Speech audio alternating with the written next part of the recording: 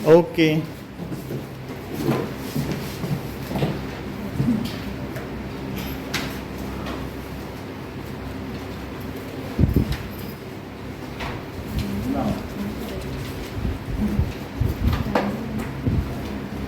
देखिए question number 3 exercise 6.1। Question number 3 क्या कह रहा है कि इन फिगर एंगल, एक एंगल दिया है दैट इज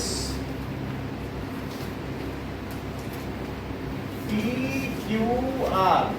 PQR दिया है और इधर क्या दिया है PQR और दैट इज S और ये है T। गिवन में क्या क्या है? So it is given that angle PQR it is equals to angle PRQ और हमें क्या प्रूव करना है? टू प्रूव, ठीक है, एंगल PQS एंगल PRT, यानी हमको PQR दिया है किसके इक्वल? PRQ, और कह रहा है इसको इसके इक्वल प्रूव करो। देख लो PQS को कह रहा है करवाने को। तो अब मुझे बताओ कि दैट इज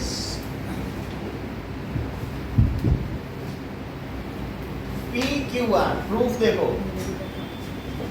एंगल PQR और प्लस एंगल PQS, बोलो क्या होगा?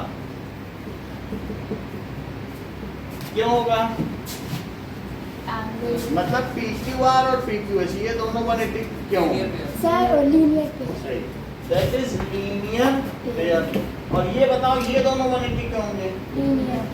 PRT, एक है PRQ और प्लस PRT, वो 180 क्यों होंगे? क्योंकि वो भी लीनियर पेयर है। If two things are equal to same thing, तो फिर ये चीज इसके इक्वल हो जाएगी क्योंकि दोनों 180 के इक्वल है। सो इनको कंपेयर करो यूक्लिड के हिसाब से। Comparing above, now angle PQR और plus angle PQS, PQR plus angle PQS it is equal to angle PRQ और प्लस एंगल PR। ये बात समझ में आ गई? दोनों ही तो 180 हैं, तो ये इसके इक्वल हो गया। क्या तुम PQR की जगह PRQ रख सकती हो? कुमकुम चेक करो जरा, क्योंकि गिवन है इक्वल है तो हम रख सकते हैं। तो मैं या तो PQR लिख लो और PQS और इसकी जगह रख लो। PRQ की जगह क्या रख दो बताओ? PQ रख दो, PQR और प्लस PRT और यहाँ ब्रैकेट में लिख दो S PQR is equal to PRQ given. तो इसलिए हमने रखा भाई, जब चीज गिवन है तो मैं उसकी जगह बदल के रख सकता हूँ कि नहीं? बोलो। अच्छा ये दोनों इक्वल हो गए तो इसको कट कर दिया जाए। इधर देखो नोएल, अगर इक्वल है तो कट कर दिया, तो बोलो बचा क्या? PQS is equals to PRT and proof। बोलो है आसान कि नहीं? एक बार इधर लीनियर पेयर लगा दिया और एक बार इधर, चूंकि इक्वल था तो रख दिया और फिर उसकी वैल्यू उसके इक्वल करके काट दिया। सही है? अब देखो टाइम से आया करो, ठीक है? मम्मी छोड़ती नहीं जल्दी क्या? श्रेया की मम्मी का तो पता है वो जल्दी नहीं छोड़ती। आज जल्दी छोड़ दिया था उन्होंने। सर कहाँ गए इसलिए नहीं गए।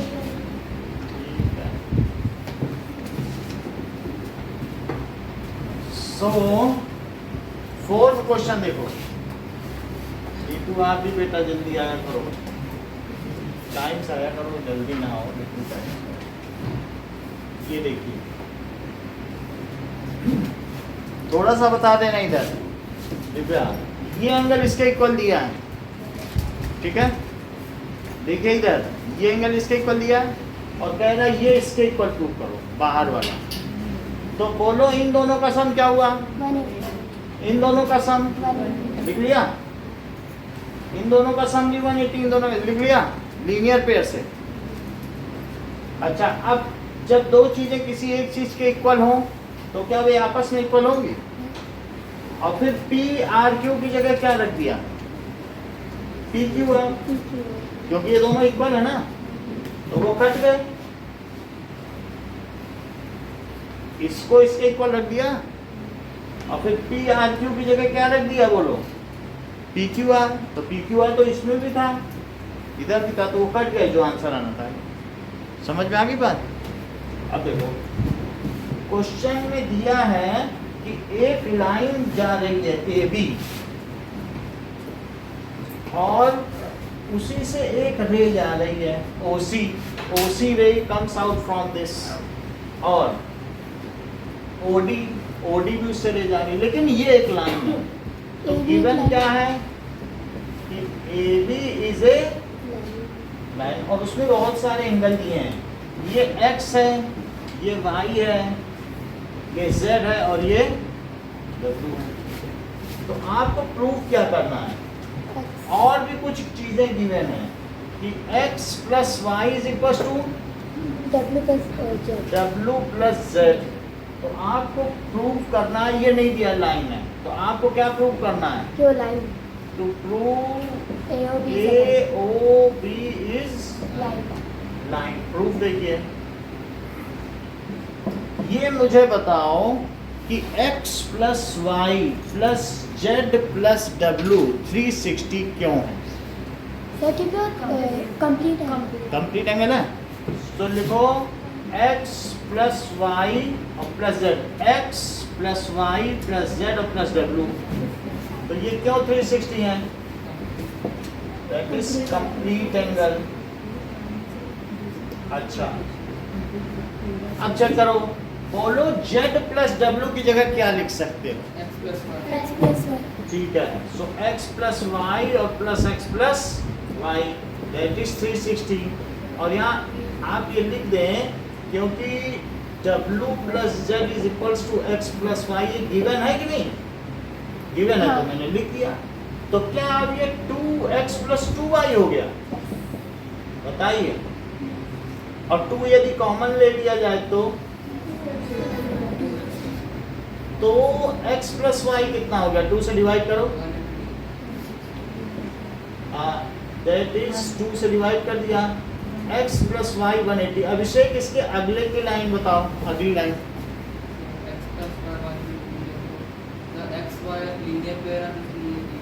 लीनियर पेयर मत बोलो, but these are adjacent angles. If the sum of adjacent angle is 180 degree, कौन सा एक्सियम है दिव्या? एक्सियम भी आप एग्री करते हैं? ये सही बोलने की गलत? इनको दिया, इसका मतलब है, अब इसी को रिपीट भी करो। चोरी छिपे बताना नहीं चाहते सीक्रेट। हाँ, रिपीट करिए।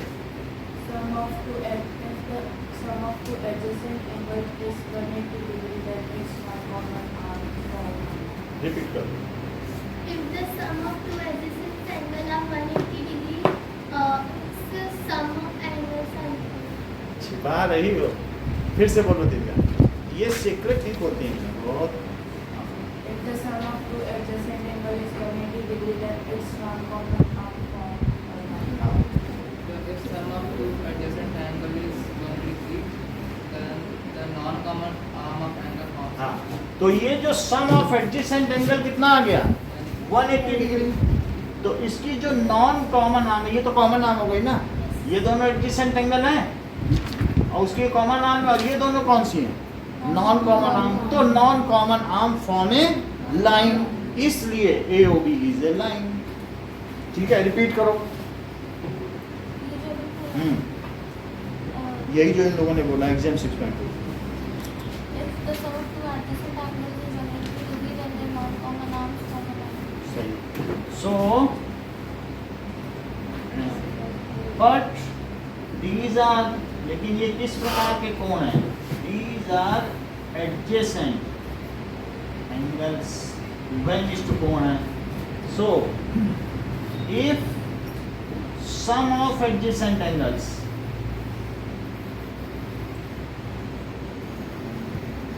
is 180 degree, then non-common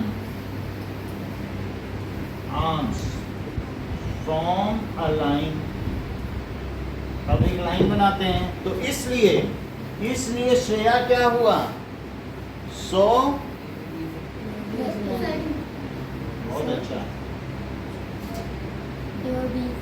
ये भी इसीलिए लाइन हो गई क्योंकि वो नॉन कॉमन आर्म लाइन बनाते हैं.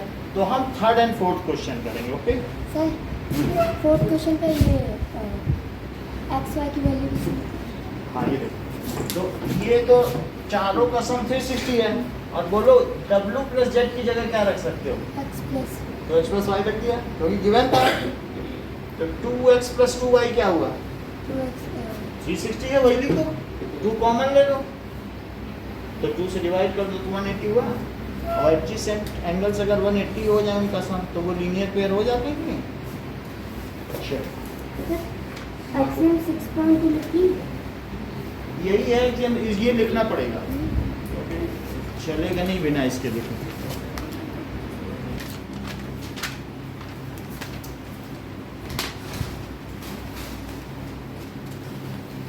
So, fifth question says that POQ is a line and OR उस पर perpendicular है. देखो POQ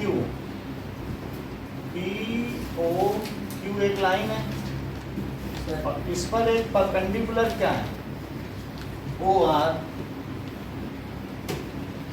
अच्छा, और इसी O से एक OS रे भी निकली हुई है.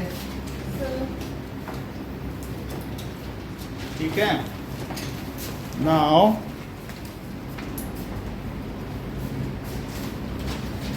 चेक करो, तो क्वेश्चन में क्या दिया गया है कि POQ एक लाइन है और उस पर OR क्या है? परपेंडिकुलर है.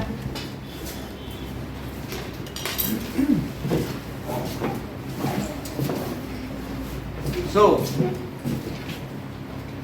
ये एक लाइन है POQ,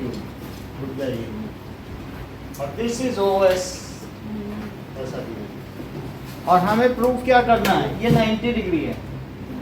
so that is given क्या है कि OR is perpendicular to PQ. ये दिया कि नहीं? OR क्या परपेंडिकुलर है PQ पर? और हमको क्या प्रूव करना है बताओ? SOQ किसके इक्वल है? हाफ ऑफ नहीं. So to prove angle SOQ which is half of QOS और माइनस QS. ये चीज प्रूफ करना. Sir ROS. अच्छा, ROS प्रूफ देखिए.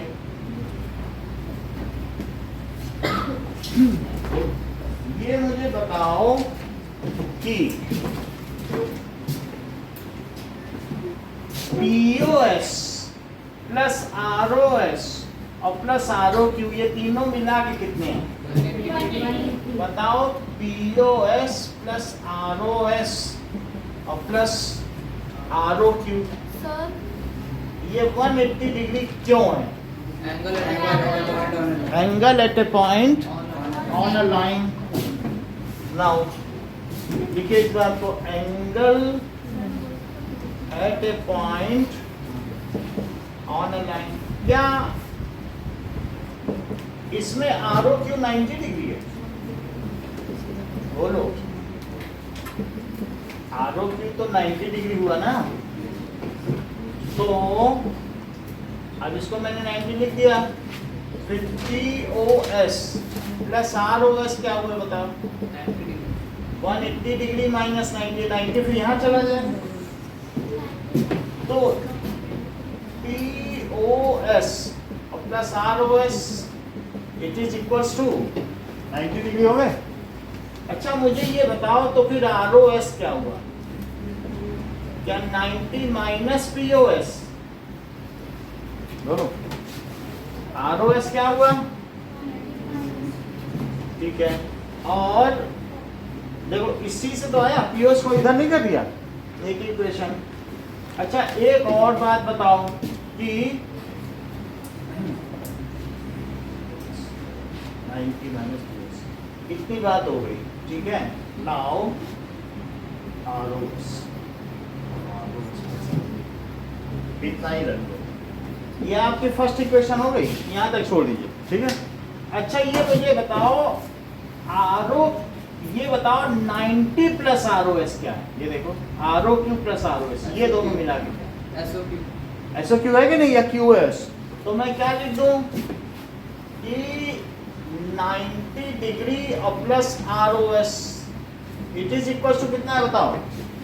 क्यू ओ एस, इस चीज को लिखो, that is equal to angle Q O S. ये करेक्ट हो गया? यहां तक तुम्हें समझ में आया कि नहीं? सर एक और बार समझाइए। फिर से समझो, इन तीनों एंगल का सम 180 समझ में आया? यहाँ 90 रखा, ये समझ में आया? यहाँ- देख लो Yes, आर ओ क्यू, ये और इसको इधर किया, ये समझ में आया? यहाँ तक समझ में आ गई बात? अच्छा अब इतनी बात देखो, तो क्या यहाँ पर एक और बात बताइए कि बोलो R O S plus R O Q कितना है? और इन दोनों को जोड़ दो तो क्या क्यू ओ एस बन जाए?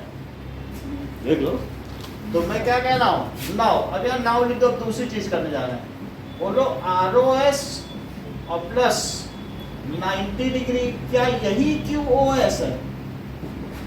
बताइए, R O S plus 90 degree क्या है? Q O S. अब यहाँ पर जो 90 डिग्री की वैल्यू है वो डाल दीजिए। 90 डिग्री की क्या वैल्यू है? POS plus ROS. So putting, इसी में पुट कर दो, put value of 90 degree from 1, ठीक है। तो क्या लिख लो बोलो? R O S plus P O S plus R O S is equal to Q O S. सही है, यही वैल्यू तो मैंने 90 की डाली, सही है। अब जरा देखो तो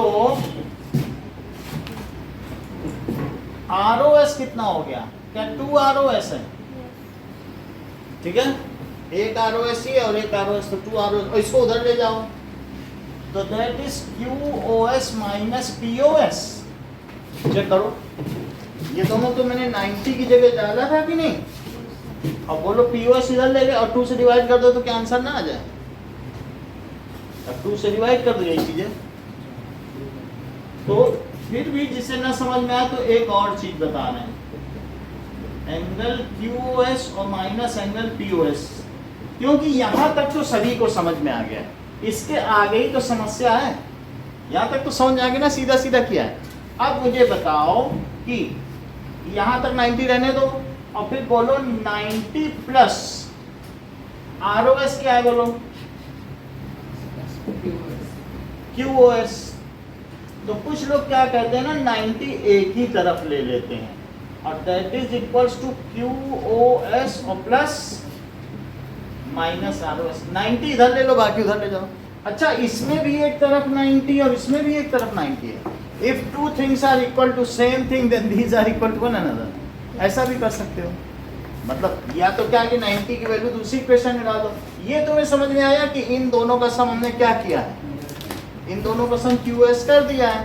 तो 90 प्लस आर ओ एस को क्या किया है? 90 प्लस आर ओ एस को क्या किया है? Q S. 90 यही छोड़ो, क्या ये चीज भी 90 और ये चीज भी 90? और if two things are equal to same thing then these are, सही है। तो बोलो अब मैं क्या करूं, इसको इसके इक्वेट कर दूं? ठीक है, तो क्या हो जाएगा बताइए कि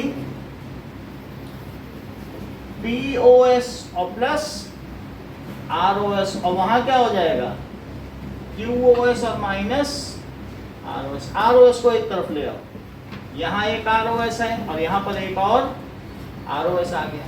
अब ये देखो, तो ये QoS और माइनस POS और फिर ये 2 ROS क्या हो जाएगा? QoS और माइनस और फिर बोलो ROS क्या हो जाएगा? हाफ ऑफ QoS और माइनस POS। अब से किसी चीज को लोग और तरीके से भी करते हैं। एक तुम्हारे पास इक्वेशन आ गई, क्या इक्वेशन आई बताओ? POS plus ROS is equals to 90 degree. अब जरा देखो, अब लिखो 90 प्लस ROS, बोलो 90 डिग्री प्लस ROS क्या हो जाएगा? QoS, और इन दोनों को जोड़ दो, एडिंग। ऐसे भी तो कर सकते हो, दो इक्वेशन ना, एक तो यही आ गई और ये तो सबको पता है 90 में ये जोड़ दो तो QoS होता है। अब इनको ऐड करो जरा, तो क्या क्या आएगा बोलो? POS प्लस ये कितने ROS हो गए बताओ जरा? 2 ROS और प्लस 90 डिग्री, और वहां क्या क्या आ गया? QoS और प्लस, तो 90 से 90 कट गया ऐड करने से। और फिर अब इसको उधर ले जाओ, तो 2 ROS is equal to QoS minus POS। तो फिर ROS क्या हो गया?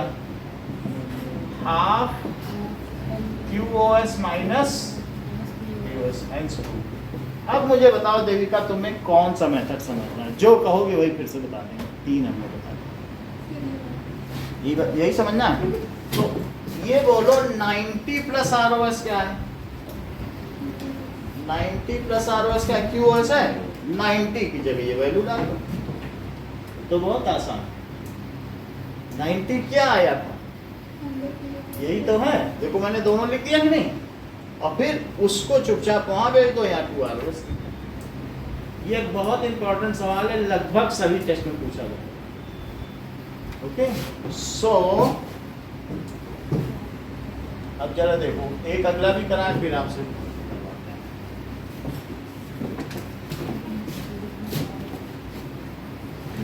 इधर का नोट कर लिया, ऊपर का?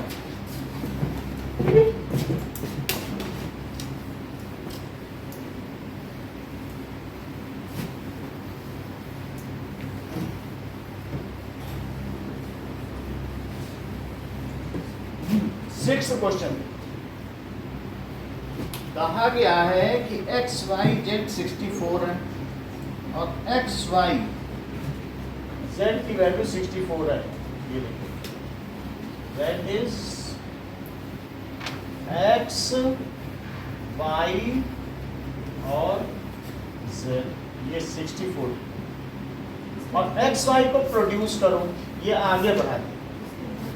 क्वेश्चन पढ़ो, देखो या तो ये आगे कर लो या ये कर लो, वो जरूरी नहीं है, यहीं पे काम पूरा हो गया। 90 की वैल्यू डाली, आंसर आ गया। जैसे नहीं करना है तो वो तरह से फिर इधर करता है, उनसे कोई मतलब नहीं। अच्छा ये समझो, एक्स वाई जेड कितना है? 64 है। फिर क्या लिखा है? एक्स वाई इज प्रोड्यूस्ड, कहाँ तक प्रोड्यूस किया? टू पॉइंट पी तक इसे प्रोड्यूस कर दिया। Draw a figure from this, इतना तुमने कर लिया। और वाई क्यू क्या कर रही है? देखो, क्या ये जो वाई क्यू है इस एंगल को बाइसेक्ट कर रही है? देखो वाई क्यू किसको बाइसेक्ट कर रही है? Z Y P.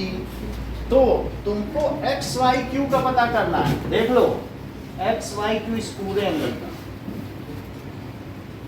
और क्या पता करना है? रिफ्लेक्स ऑफ,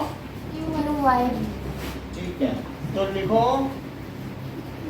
गिवन में क्या है? Pi Q bisect angle P by Z to find. अब हमें पता क्या करना है? Angle X Y Z. और क्या पता करना है? Reflex Q I P, reflex Q by P. अब सोल्यूशन देखिए, ये प्रूफ तो आया नहीं। ये मुझे बताओ कि एंगल एक्स वाई जेड और plus angle Z Y P. Abhishek, इनकी वैल्यू क्या होगी? 180 यानी एक एक्स वाई जेड है और एक जेड वाई पी 180 है। जेड वाई पी समझ रही हो? तो इन दोनों की वैल्यू कितनी है? 180 डिग्री। क्यों है? देर से बोलती हो, आगे पीछे वाले बोल देना पहले। 180 degree, that is linear pair. अच्छा, अब मुझे बताइए कनिष्का मिश्रा, मैं जेड वाई पी की जगह क्या लिख सकता हूँ? इसकी जगह तो मैं 64 लिख सकता हूँ। आप मुझे बताइए कि जेड वाई पी किसका डबल है, बस।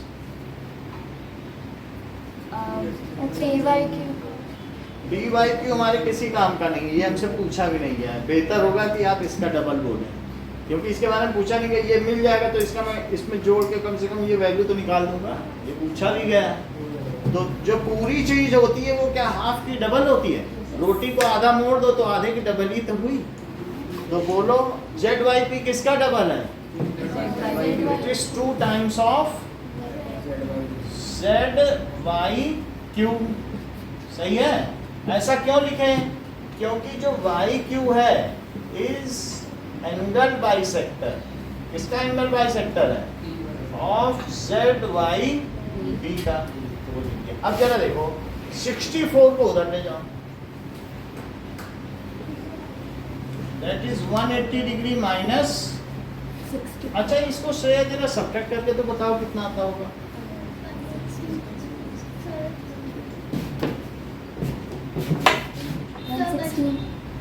अभी पहले बता, पहले ही बता दे। हाँ, तो थोड़ा और जल्दी करो। ये चीज हो गई, ठीक है। अब मुझे बताओ, अब की देखो कोई नहीं बताएगा। 2 से डिवाइड करो 116, बताओ। रुक जाओ,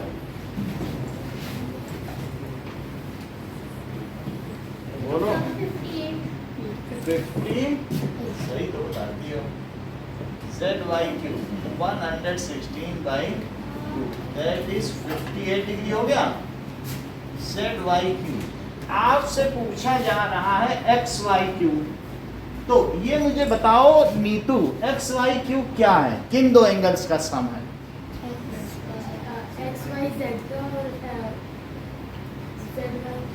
सही है। और जेड वाई क्यू हमको दिया है, तो लिखो एंगल एक्स वाई क्यू।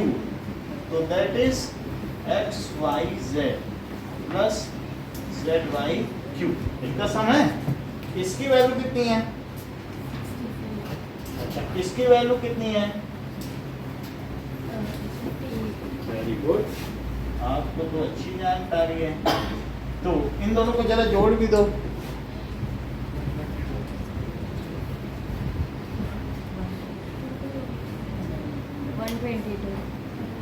122। तो एक्स वाई क्यू आ गया 122, ये पूछा गया है, इसको हाईलाइट कर। और दूसरा क्या पूछा गया? Q Y P. अच्छा, जो जेड वाई क्यू आया है, जेड वाई क्यू, वही तो क्यू आई पी भी होगा। क्यों? क्योंकि both the angles are equal. ये तो एंगल बाइसेक्टर है ना, तो जो ये होगा वही ये भी नहीं होगा। सो अब लिखिए कि क्यू वाई पी क्या है?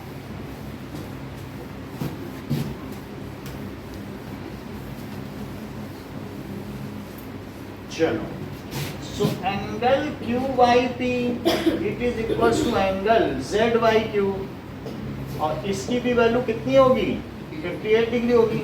अच्छा, एंगल क्यू वाई पी और reflex angle Q Y P, Kanishka Chauhan, इन दोनों की वैल्यू क्या 180 डिग्री होगी? हमें मालूम नहीं, हम पूछ रहे थे।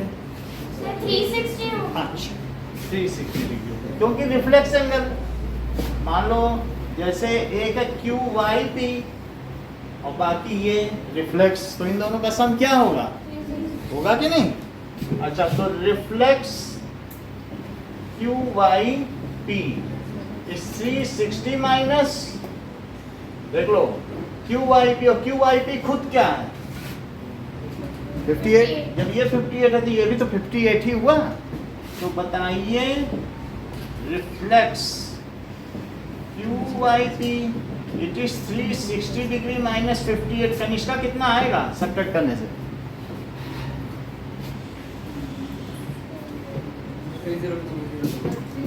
302 डिग्री।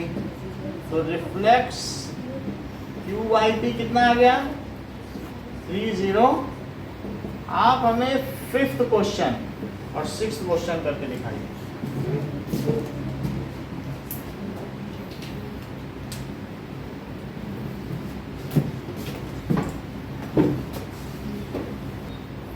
दैट इज ये एंगल XYZ और ZYP ये 180 है, ये वाला और ये पूरा।